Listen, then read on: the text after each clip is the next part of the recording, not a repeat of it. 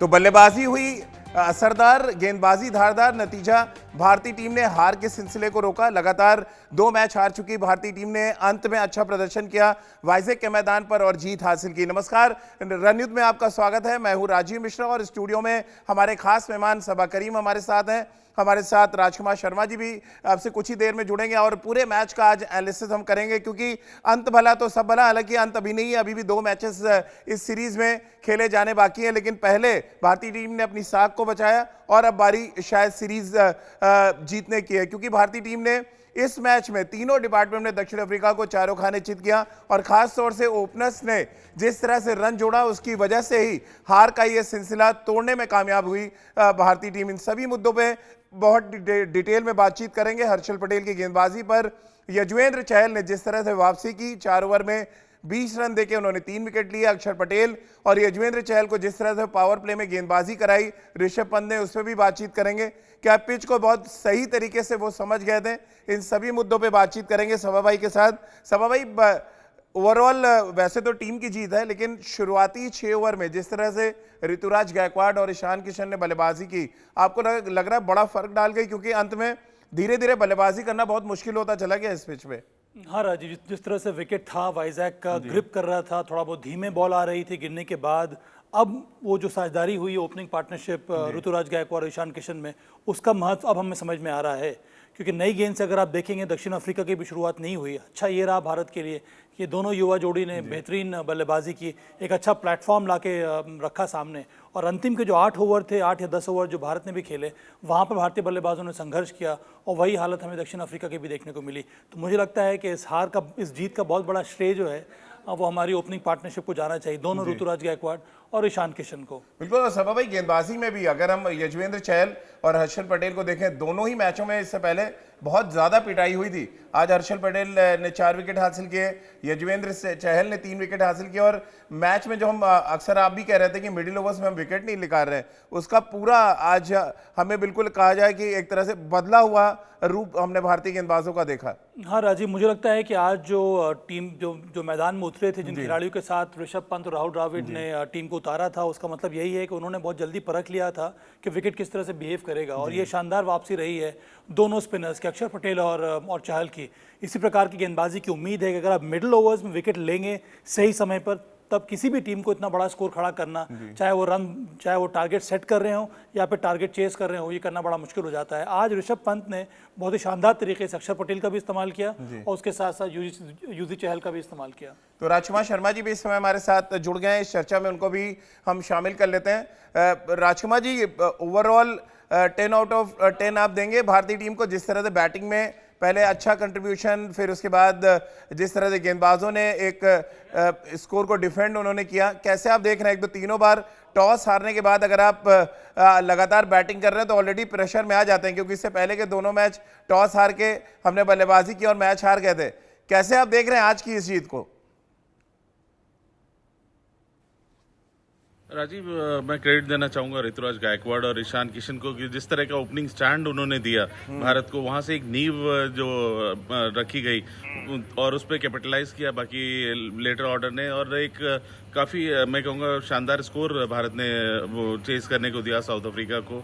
और उसके बाद जिस तरह की भारतीय गेंदबाजी रही, बहुत ही शानदार रही। और आज शायद ऋषभ पंत भी अपना होमवर्क काफ़ी अच्छे से करके आए थे, या मैं कहूँगा कि कोच राहुल द्रविड़ ने बहुत अच्छे से ब्रीफिंग की थी कि किस तरह हमें मूव करना है सेकंड बॉलिंग करते हुए। और उसी का नतीजा है कि शानदार गेंदबाजी हर्षल पटेल और यजुवेंद्र चहल ने की और कंटिन्यूसली विकेट गिरते गए, और उसी का नतीजा रहा कि प्रेशर साउथ अफ्रीका से कभी हटा नहीं, वो रन रेट बढ़ता गया और अंत में वो पारी बिखर गई। बिल्कुल, और लगातार दबाव बना के रखा भारतीय गेंदबाजों ने। भुवनेश्वर कुमार ने अच्छा स्टार्ट दिया, फिर उसके बाद जिस तरह से रेगुलर इंटरवल्स पे विकेट गिरे। रितेंद्र, क्या एक तरह से कहा जाए मास्टर चाल थी ऋषभ पंत की? पहले 6 ओवर में ही उन्होंने यजुवेंद्र चहल और अक्षर पटेल से गेंदबाजी करा दी।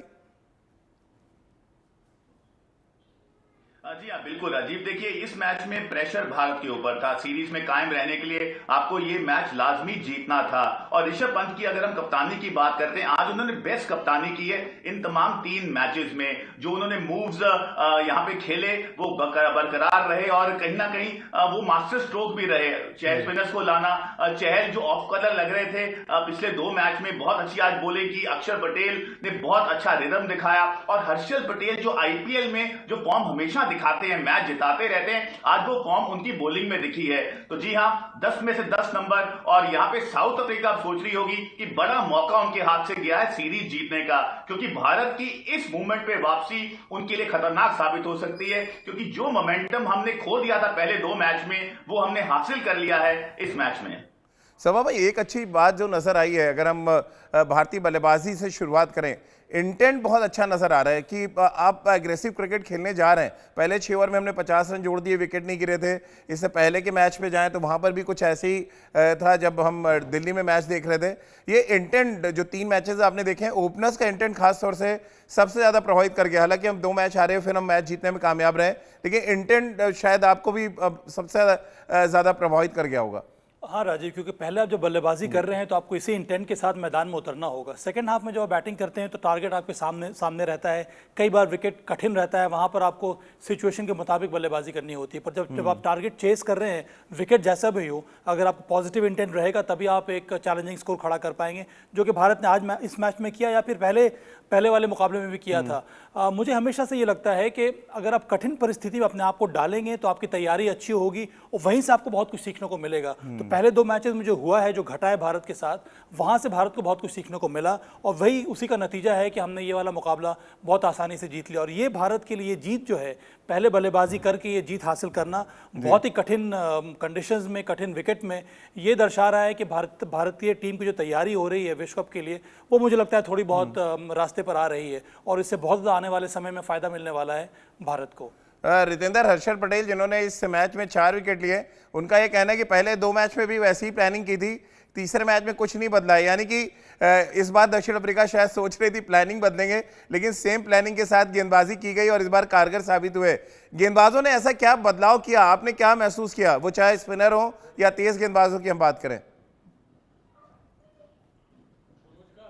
जी हाँ, बिल्कुल राजीव। अगर हम पिछले 2 मैचों की बात करते हैं, बैटिंग हमारी कारगर रही है, हमने रन्स तो बनाए हैं, लेकिन बॉलिंग बहुत पेडेस्ट्रियन दिखी। जो हमें पिचिंग की जरूरत थी, जो अगर हम लेंथ की बात करते हैं, वो नहीं आ रही थी। आप according to the field bowling नहीं कर रहे थे। लेकिन आज भारतीय बॉलर्स ऑन द टास्क थे। राहुल द्रविड़ ने बहुत बात की होगी, सिंगल विकेट बॉलिंग की होगी बॉलर्स ने। युजवेंद्र चहल जो फ्लाइट की हम बात करते हैं, रिदम की बात करते हैं, स्पिनर्स में वो नहीं दिख रहा था पिछले 2 मैचेस में, आज वो लय दिखी है। अक्षर पटेल वो स्पॉट ऑन, बहुत अच्छा पिचिंग था। तो बहुत जरूरी होता है अगर आप T20 क्रिकेट में इधर उधर बॉलिंग करते हैं, राजीव आप खुद लेफ्ट आर्म स्पिन करते रहे, अगर आप थोड़ा सा भी रूम देते हैं, लेंथ से पिछड़ते हैं, तो आपको मार पड़ती है। लेकिन आज बॉलर्स प्रिसाइसली अच्छी लेंथ पे बॉलिंग कर रहे थे और रिजल्ट आपके सामने है, क्योंकि ये सब वो बॉलर्स हैं जो आईपीएल में सुपर हिट हैं, लेकिन अंतरराष्ट्रीय क्रिकेट में they were lacking in the first 2 games. लेकिन शानदार वापसी, गेंदबाजों का शानदार प्रदर्शन, ओपनर्स ने दमदार बल्लेबाजी की और काफी कुछ भारतीय टीम ने सुधरा हुआ प्रदर्शन किया। यहाँ पर राजकुमार सर, जिस तरह से बैटिंग का इंटेंट देखा, थोड़ा सा निराशा भी हुई आपको? 14 ओवर में हमने 137 रन बना लिए थे, लेकिन उसके बाद इस तरह से हम लड़खड़ाए कि हम 180 तक पहुंचने के लिए जूझ रहे थे अगर हार्दिक पांड्या का कैच नहीं छूटता। तो ये भी टीम मैनेजमेंट को देखना पड़ेगा कि बीच बीच में इतने बड़े लैप्सेस होते हैं जिसकी वजह से आप क्रंच मैचेस में हो सकता है आपको आगे परेशानी हो जाए। स्टेज पे एक समय लग रहा था कि भारत 200 रन क्रॉस करेगा, लेकिन अनफॉर्चुनेटली भारत का जो लेटर मिडल ऑर्डर है वो फायर नहीं किया और ऐसी उम्मीद की जा रही थी कि भारत ज़रूर 200 रन पार कर लेगा। तो यहाँ पर कहीं ना कहीं देखने की ज़रूरत है कि दिनेश कार्तिक या हार्दिक पांड्या का रोल वो किस तरह का रहता है। क्या उनमें से दोनों में से एक मैच फिनिश करता है, एक खिलाड़ी एंड तक खेलेगा, तभी भारतीय टीम अच्छा फिनिश कर पाती है। और वही आज शायद लैकिंग रहा रहा, लेकिन ओवरऑल अगर आप देखें तो शानदार गेंदबाजी की भारत ने, और क्रेडिट देना चाहूंगा भारतीय ओपनर्स को और भारतीय गेंदबाजों को। और यजुवेंद्र चहल की काफी क्रिटिसिज्म हो रहा था इस मैच से पहले, और अगर आपको याद हो मैंने कहा था कि पहले मैच में उनको 2 ही ओवर गेंदबाजी कराई गई और अगले मैच में एक मैच में अगर उनकी पिटाई हो गई तो दैट डजंट मीन कि वो अच्छे गेंदबाज नहीं है या अच्छी फॉर्म में नहीं है। और वो उन्होंने आज करके दिखाया, रेगुलर इंटरवल्स पर विकेट लिए और प्रेशर बनता गया साउथ अफ्रीका के ऊपर। बिल्कुल सभा भाई, T20 फॉर्मेट में हमेशा कहा जाता है कि 2 बड़ी इंपॉर्टेंट चीज़ें होती हैं, आपका स्ट्राइक रेट और आपका इकोनॉमी रेट। और आज पूरे मैच में ये दोनों ही चीज़ें बहुत कारगर रही भारतीय टीम के लिए। टॉप 3 जो बल्लेबाज खेले उनका स्ट्राइक रेट 150 के आसपास, और इकोनॉमी रेट हमारे जो 3 स्पेशलिस्ट T20 के गेंदबाज हैं उनका इकोनॉमी रेट भी 7 के नीचे रहा। विशेष करके हर्षल पटेल बहुत इंपॉर्टेंट कड़ी हैं इस भारतीय टीम की, क्योंकि वो मिडिल ओवर्स में आते हैं बॉलिंग करने के लिए, और अगर उनमें ये जो विकेट टेकिंग एबिलिटी जो हमने देखी वो हर बार नजर आएगी तो भारतीय टीम और ज़्यादा सशक्त नजर आती है। भुवनेश्वर कुमार नई गेंद से उन्होंने तबाही मचा दी है इस वक्त, जिस तरह की मूवमेंट उनको मिल रही है। मुझे तो उम्मीद ये है कि आने वाली जो श्रृंखला होने वाली है इंग्लैंड में, वहाँ पर भी रेड बॉल क्रिकेट में उनका चयन होना चाहिए। जितना मूवमेंट उनको of the air, in the air या फिर ऑफ द विकेट देखने को मिल रहा है। आज दोनों स्पिनर्स ने अच्छी गेंदबाजी की, विकेट टेकिंग डिलीवरीज डाली और ड्रिफ्ट कराया। उसके साथ साथ क्रीज के बहुत ज़्यादा ऑफ स्टंप के बाहर बॉल रखी, विशेष करके चहल ने, और इसी वजह से परेशानी हुई हर एक दक्षिण अफ्रीका के बल्लेबाजों को। देखिए एक बात और है कि इस तरह का विकेट जो था आज वाइजैक का, वहाँ पर जो प्लेयर अच्छे फॉर्म में है, जो थोड़ा देर तक विकेट पे समय गुजार चुका है, उसी को एक लंबी पारी खेलनी होगी। तो वहाँ पर ईशान किशन का आउट होना, ऋतुराज गायकवाड़ का आउट होना, उसके वजह से मुझे लगता है थोड़ी बहुत परिस्थिति जो है वो कठिन हो गई। अच्छा ये रहा कि हार्दिक पांड्या का वो कैच छूटा और अंत में उन्होंने अच्छी पारी खेली और उन्होंने 30 रन बनाए। तो चलिए बल्लेबाजों के बारे में, क्योंकि सभा भाई ने चर्चा छेड़ी दी है, तो फिर एक रिपोर्ट आपको दिखा देते हैं, और इस रिपोर्ट को देख के आपको अंदाजा लग जाएगा कि भारतीय ओपनर्स के अगर आप रन थोड़े से हटा दें और अंत में हार्दिक पांड्या की वो बाउंड्रीज हटा दें तो शायद भारतीय टीम ये मैच हार जाती, क्योंकि टॉप ऑफ द ऑर्डर अगर अच्छा प्रदर्शन हो रहा है तो उसको कैपिटलाइज करने का काम मिडिल ऑर्डर का होता है, जो नहीं कर पा रही है भारतीय टीम, वो चाहे ऋषभ पंत हो या श्रेयस अय्यर हो। और उसके बाद स्ट्रगल दिनेश कार्तिक तक जारी था, लेकिन अंत में हार्दिक पांड्या ने इस बात को तय किया सभा भाई कि भारतीय टीम एक सम्मानजनक स्कोर तक पहुंचेगी और वहां से फिर प्रेशर डालेगी दक्षिण अफ्रीका के ऊपर। तो लगातार तीसरी बार भारतीय टीम ने टॉस हारा, यानी कि तीसरी बार टॉस जीता दक्षिण अफ्रीका ने। पहले 2 रिजल्ट दक्षिण अफ्रीका के फेवर में गए, लेकिन तीसरे मैच में भारतीय टीम ने बाजी पलटी, साख अपनी बचाई और अब बारी सीरीज बचाने की, यानी सीरीज जीतने की है। अगले 2 मैच अगर भारतीय टीम कुछ इसी तरह का प्रदर्शन करती है सभा भाई, तो वो ऐसा नहीं है कि दक्षिण अफ्रीका को हराया नहीं जा सकता। हालांकि बहुत स्ट्रांग टीम अभी भी लग रही है, लेकिन मैच पलटा। मुझे लग रहा है जैसे कि आपने भी कहा कि यजुवेंद्र चहल ने जिस तरह से विकेट टेकिंग डिलीवरीज डाली, थोड़ा एक तो मुझे लग रहा है वो लूप अच्छा दे रहे थे, थोड़ा धीमा डाल रहे थे, क्या ये एक बड़ी वजह थी? और साथ ही टॉस मुझे लग रहा है ब्लेसिंग इन डिस्गाइज था इस बार की टॉस हारना, क्यों शायद अगर ये रन चेज भारत कर रही होती थोड़ी परेशानी हो सकती थी। हाँ, मुझे लगा एक तरह से अच्छा रहा ये भारत के लिए, क्योंकि विकेट जैसे जैसे गेम बढ़ता गया थोड़ी बहुत विकेट में और दिक्कतें पैदा हो रही थी बल्लेबाजों के लिए। अंत में हम लोगों को यही लगा देखने में, ऐसे भी फर्स्ट हाफ में देखने को लग रहा था कि ये विकेट उतना आसान नहीं है यहाँ पर रन बनाना।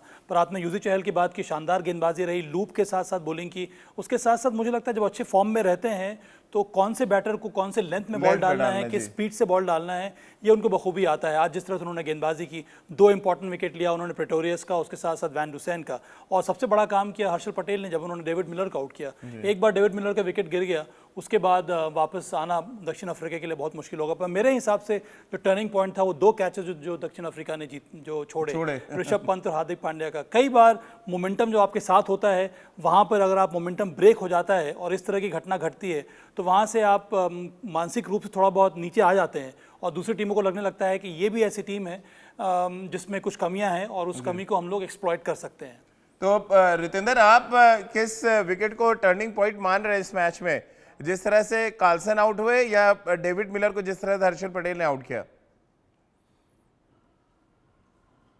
देखिए, मेरे लिए तो डेविड मिलर बहुत खतरनाक बल्लेबाज हैं। जिस तरह पहले मैच में राजीव खेले हैं, अपना लोहा मनवाते हैं, किसी भी मैच को चेंज कर सकते हैं। तो हर्षल पटेल का उस समय मिलर को आउट करना बहुत कारगर था, बहुत जरूरी था, नहीं तो मैच हमारे हाथ से जा सकता था। और राजीव, जैसे हम बल्लेबाजी की बात करें, 126 रन और 12 ओवर थे, वहां से लग रहा था भारत 220-230 रन बनाएगा।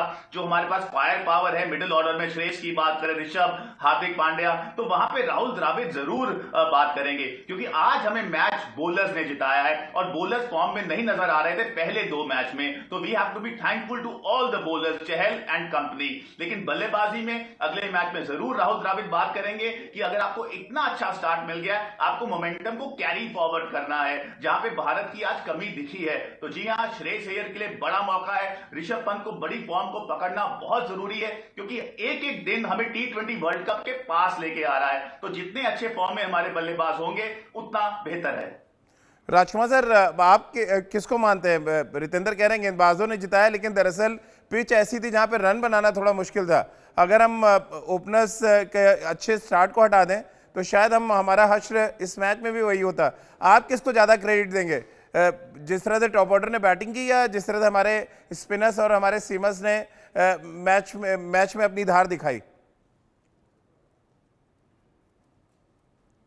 दोनों ही चीज़ें हैं। बहुत इंपॉर्टेंट था ईशान किशन और ऋतुराज गायकवाड़ की पार्टनरशिप जो हुई, वहाँ से एक बेस बना भारतीय बल्लेबाजी के लिए। और बावजूद उसके 180 रन का टारगेट कोई बहुत बड़ा नहीं था, लेकिन विकेट थोड़ा सा हेल्पफुल नहीं था बल्लेबाजी के लिए। और उसमें शानदार गेंदबाजी की सभी गेंदबाजों ने, भुवनेश्वर कुमार पुराने भुवनेश्वर कुमार की तरह नज़र आ रहे हैं। अब गेंद उनका स्विंग कर रहा है ऑफ द एयर और आफ्टर पिचिंग ऑल्सो, तो वहाँ पे एक अच्छी शुरुआत हुई है। और अगर आप हर्षल पटेल को देखें, जो वो फॉर्म कैरी कर रहे थे आईपीएल में, उसी को उन्होंने कंटिन्यू किया है। और अच्छा लगा देखकर कि जिस तरह हमारे दोनों स्पिनर्स ने गेंदबाजी की। नहीं सर, ऐसा तो लग रहा है 2 मैचों के स्पीड ब्रेकर के बाद वापस पटरी पे आए हर्षल पटेल और बाकी के गेंदबाज, और इसीलिए यजवेंद्र चहल 2 मैच में पिटाई के बाद मैन ऑफ द मैच भी बन गए। सबा भाई, ये दर्शाता है कि पिटाई भी कभी ना कभी जरूरी है। अगर आपको अपने अच्छे लय में आना है, आपको अपने रिदम में आना है और आपको बैक टू बेसिक पे काम करना है तो। हाँ, और अच्छी बात है ये भारत के लिए, एक स्मार्ट रिकवरी रही है आज बल्लेबाजी में भी, उसके साथ साथ गेंदबाजी में भी। पर अंत में जिस तरह का विकेट जिस तरह का विकेट था आज के इस मैच में, वहाँ पर 180 रन बनाना बहुत बड़ा स्कोर है ये, और उसी वजह से इतनी बड़ी जीत दर्ज की है भारत ने। 48 रन से हराना एक T20 मुकाबले में उतना आसान होता नहीं है, और ये तब पॉसिबल हुआ क्योंकि एक टफ विकेट पे जहाँ पर शॉट्स खेलना उतना आसान नहीं था, वहाँ पर ऋतुराज गायकवाड़ और ईशान किशन ने एक शानदार पारी खेली, जिसकी बदौलत भारत ने 180 रन बनाए। तो 180 रन इस विकेट को देखकर बहुत ही विशाल स्कोर है T20 के हिसाब से। चलिए, बहुत बहुत शुक्रिया सबा भाई आपका, रितेंद्र आपका और राजकुमार सर आपका हमारे साथ जुड़ने के लिए। तो दिल्ली में दांव उल्टा पड़ा, कटक में कांटा लगा और अब विशाखापट्टनम के मैदान पर हमने विजय पथ पर चलना या कहें आगे बढ़ना सीख लिया। लेकिन इस विजय पथ को हमें छोड़ना नहीं है, क्योंकि अगले 2 मैच ये तय करेंगे कि भारतीय टीम इस सीरीज को जीतने में कामयाब रहती है या दक्षिण अफ्रीका भारत में हराकर वापस अपने देश लौटता है। तो चलिए, हमारी इस खास पेशकश में फिलहाल इतना ही।